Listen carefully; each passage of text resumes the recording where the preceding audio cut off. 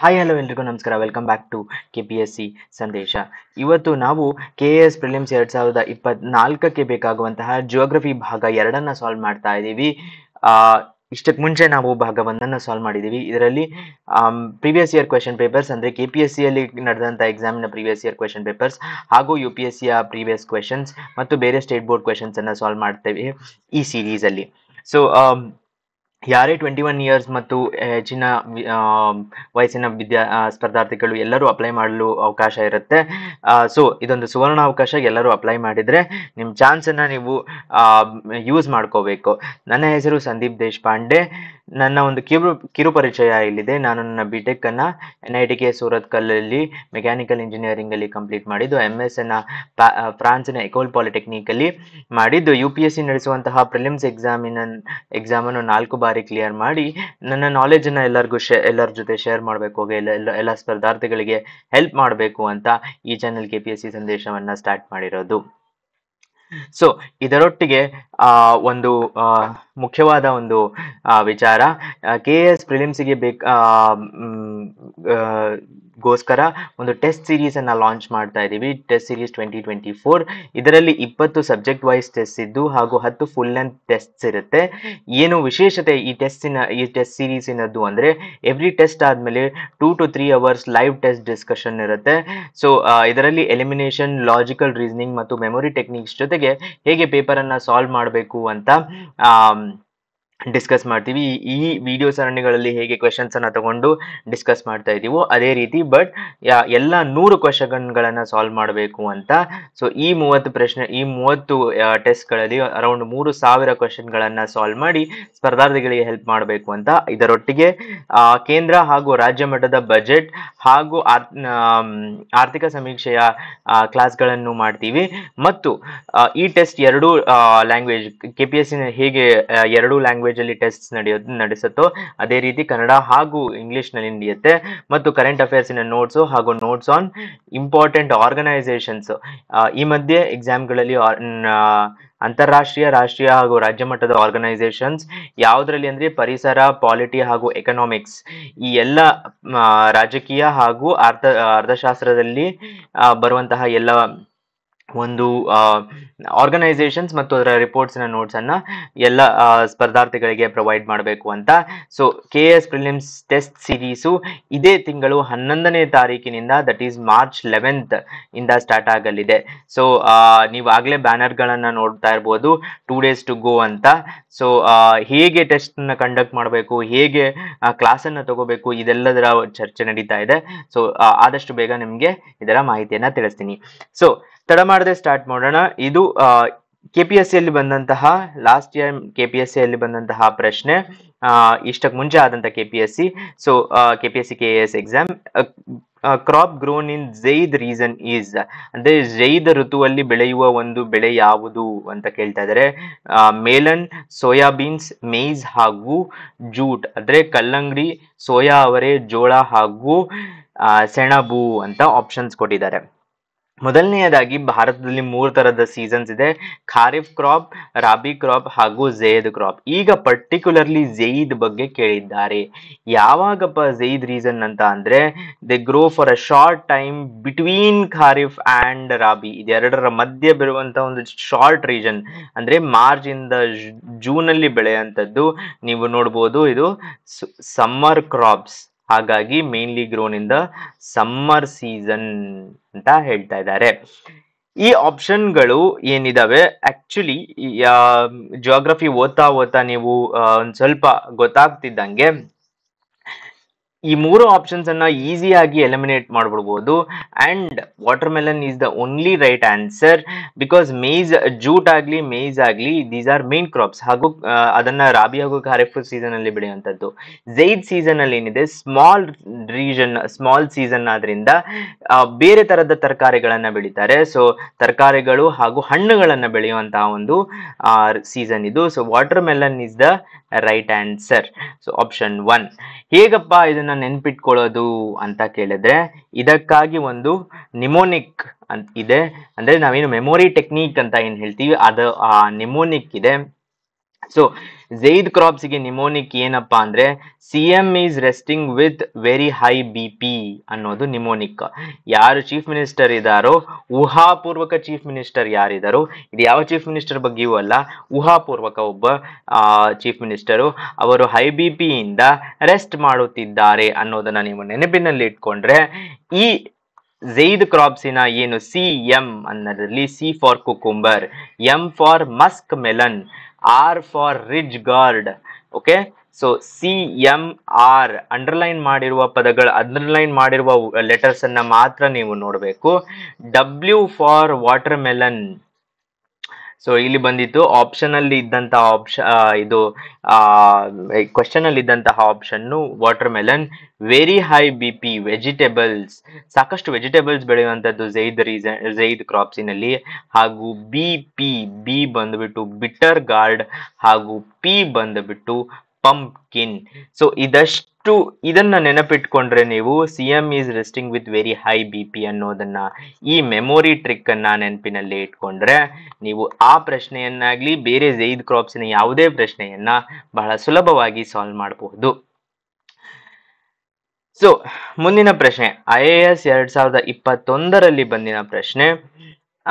With reference to the water on the planet Earth, consider the following statements. ಭೂಮಿಯ ಮೇಲಿನ ನೀರನ್ನು ಉಲ್ಲೇಖಿಸಿ ಈ ಕೆಳಗಿನ ಹೇಳಿಕೆಗಳನ್ನು ಪರಿಗಣಿಸಿ ಅಂತ ಹೇಳ್ತಾ ಇದ್ದಾರೆ. ಏನಪ್ಪಾ ಅಂದ್ರೆ the amount of water in the rivers and lakes is more than the amount of ground water. ಅಂದ್ರೆ ನದಿಗಳು ಮತ್ತು ಸರೋವರಗಳಲ್ಲಿನ ನೀರಿನ ಪ್ರಮಾಣವು ಅಂತರ್ಜಲಕ್ಕಿಂತ ಹೆಚ್ಚು ಅನ್ನೋ ಒಂದು ಆಪ್ಷನ್ ಕೊಟ್ಟಿದ್ದಾರೆ. ಎರಡನೇ ಆಪ್ಷನ್ ಏನು ಅಂದ್ರೆ amount of water in polar ice caps and glaciers is more than amount of ground water ಅನ್ನುವ ಆಪ್ಷನ್ ಇದೆ.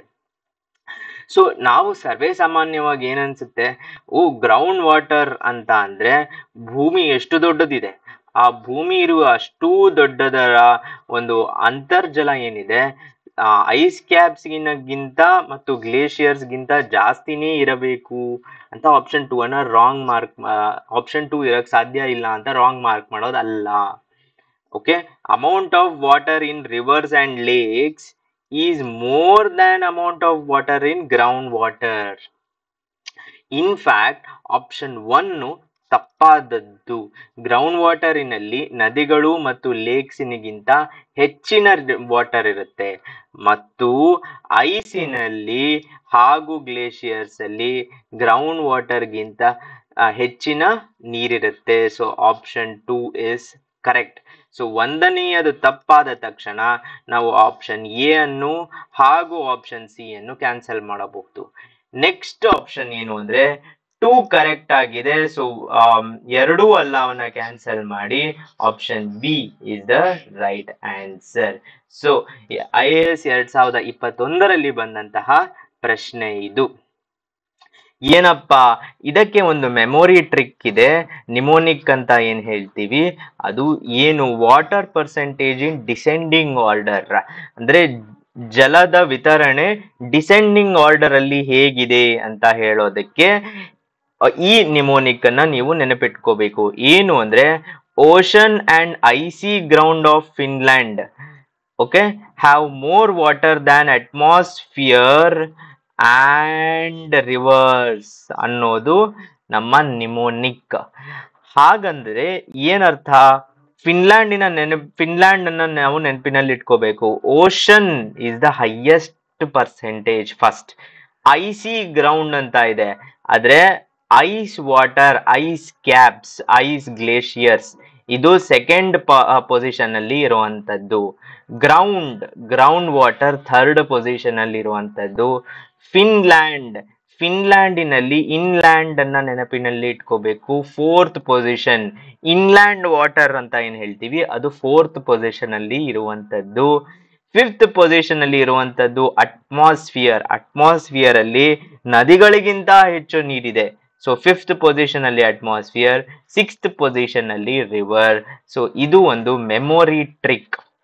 ನಾನು ಆಗ್ಲೇ ಹೇಳ್ದಂಗೆ ಈ ನಮ್ಮ ಎಕ್ಸಾಮ್ ನಾವೇನು ಟೆಸ್ಟ್ ಸೀರೀಸ್ ಅನ್ನ ನಡೆಸಬೇಕು ಅಂತಿದೀವಿ, ಈ ತರ ಹಲವಾರಷ್ಟು ಕ್ವೆಶನ್ಸ್ ಮತ್ತು ಅದರ ಟ್ರಿಕ್ಸ್ ಅನ್ನ ಹೇಳ್ಕೊಡ್ಬೇಕು ಅಂತ. ಸೊ ಇದೊಂದನ್ನ ನೆನಪಿನಲ್ಲಿ ಇಟ್ಕೊಂಡ್ರೆ UPSC ಆ ಕ್ವೆಶನ್ ಅನ್ನ ಸುಲಭವಾಗಿ ಸಾಲ್ವ್ ಮಾಡಬಹುದು. ಸೊ ಮುಂದಿನ ಪ್ರಶ್ನೆ Which frozen river is basically a chadar trek that attracts adventure tourists every year to Ladakh? ಲದಾಖ್ನ ಯಾವ ಹೆಪ್ಪುಗಟ್ಟಿದ ನದಿಯು ಮೂಲತಃ ಚಾದರ್ ಟ್ರೆಕ್ಗಾಗಿ ಪ್ರತಿ ವರ್ಷ ಸಾಹಸಿ ಪ್ರವಾಸಿಗರನ್ನು ಆಕರ್ಷಿಸುತ್ತದೆ? ಬಹಳ ಸೊಗಸಾದ ಪ್ರಶ್ನೆ. ಯಾರು ಲದಾಖ್ ಟ್ರೆಕ್ ಮಾಡಿರ್ತಾರೋ ಬಹಳ ಈಸಿಯಾಗಿ ಆನ್ಸರ್ ಮಾಡ್ಬಿಡ್ತಾರೆ. ಇಲ್ಲ ಅಂದ್ರೆ 4 ಆಪ್ಷನ್ ಕೊಟ್ಟಿದ್ದಾರೆ: ಶೋಕ್ ನದಿ, ನುಬ್ರು ನದಿ, ಜನ್ಸ್ಕಾರ್ ನದಿ ಹಾಗೂ ಗಲ್ವಾನ್ ನದಿ. ಸೊ ಇಲ್ಲಿ ಈ ಆಪ್ಷನ್ಗಳಲ್ಲಿ ಶೋಕ್, ನುಬ್ರು, ಜಸ್ಕಾರ್, ಗಲ್ವಾನ್ ಅನ್ನೋದೇನಿದೆ, ಇದಕ್ಕೆ ಸರಿಯಾದ ಉತ್ತರ ಜಸ್ಕಾರ್. ಇದು ಪ್ಯೂರ್ ನಾಲೆಡ್ಜ್ ಕ್ವೆಶ್ಚನ್.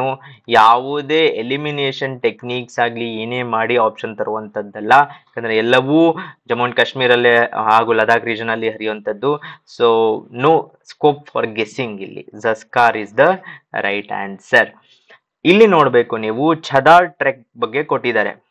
ಛಾದಾರ್ ಟ್ರೆಕ್ ಅಂದ್ರೆ ಏನು ಅಂದ್ರೆ, or the Zanskar gorge trek is a winter trail over the frozen Zaskar river. ಇಲ್ಲಿ ಕಾಣ್ತಾ ಇದೆ ಜಸ್ಕಾರ್ ರಿವರ್ ಫ್ರೋಸ್ ಆಗಿರುವಂತದ್ದು. ಎಂಥ ಅದ್ಭುತವಾದ ಒಂದು ನೈಸರ್ಗಿಕ ವಿನ್ಯಾಸ ಅಂತಾನೆ ಹೇಳ್ಬೇಕು. Which lies in the Indian union territory of Ladakh. ಒಂದು ವಿಷಯ, ಲದಾಖ್ ಈಗ ಯೂನಿಯನ್ ಟೆರಿಟರಿ ಆಗಿದೆ, ಅದು ನೆನಪಿನಲ್ಲಿ ಇಟ್ಕೋಬೇಕು. Traditionally only means of travel in the area during the harsh winter months has become popular with foreign tourists.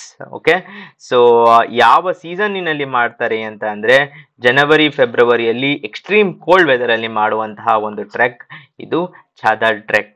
So best time is January, where the temperatures in the winter are -30 to -35.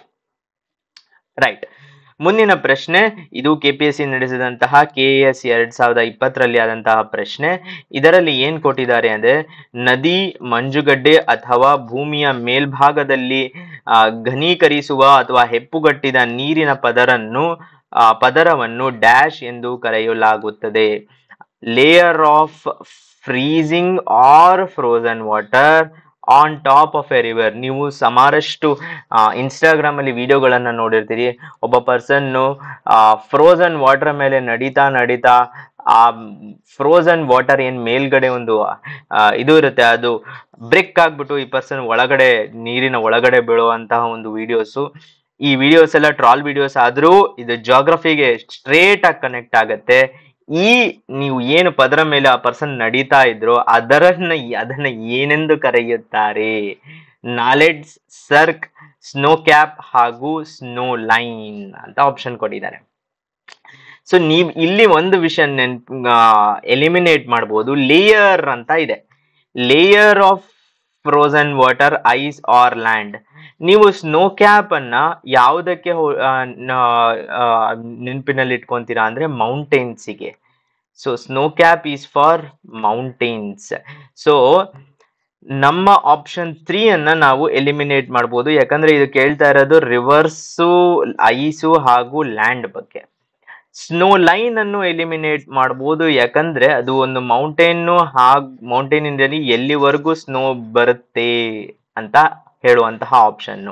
ಈಗ ಉಳಿದು 50% guess work, knowledge ಹಾಗೂ ಸರ್ಕ್. ಇದಕ್ಕೆ knowledge ಬೇಕು.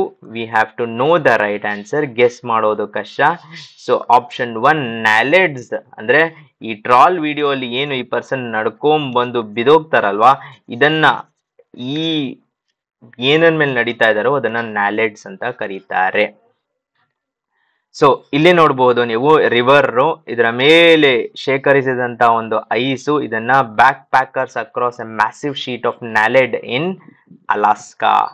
Okay. ಸರ್ಕ್ ಅಂದ್ರೆ ಈ ತರ ಒಂದು ಗ್ಲೇಷಿಯರಿನ ಎರೋಷನ್ ಇಂದ ಆಗಿರುವಂತದನ್ನ ಸರ್ಕ್ ಅಂತಾರೆ.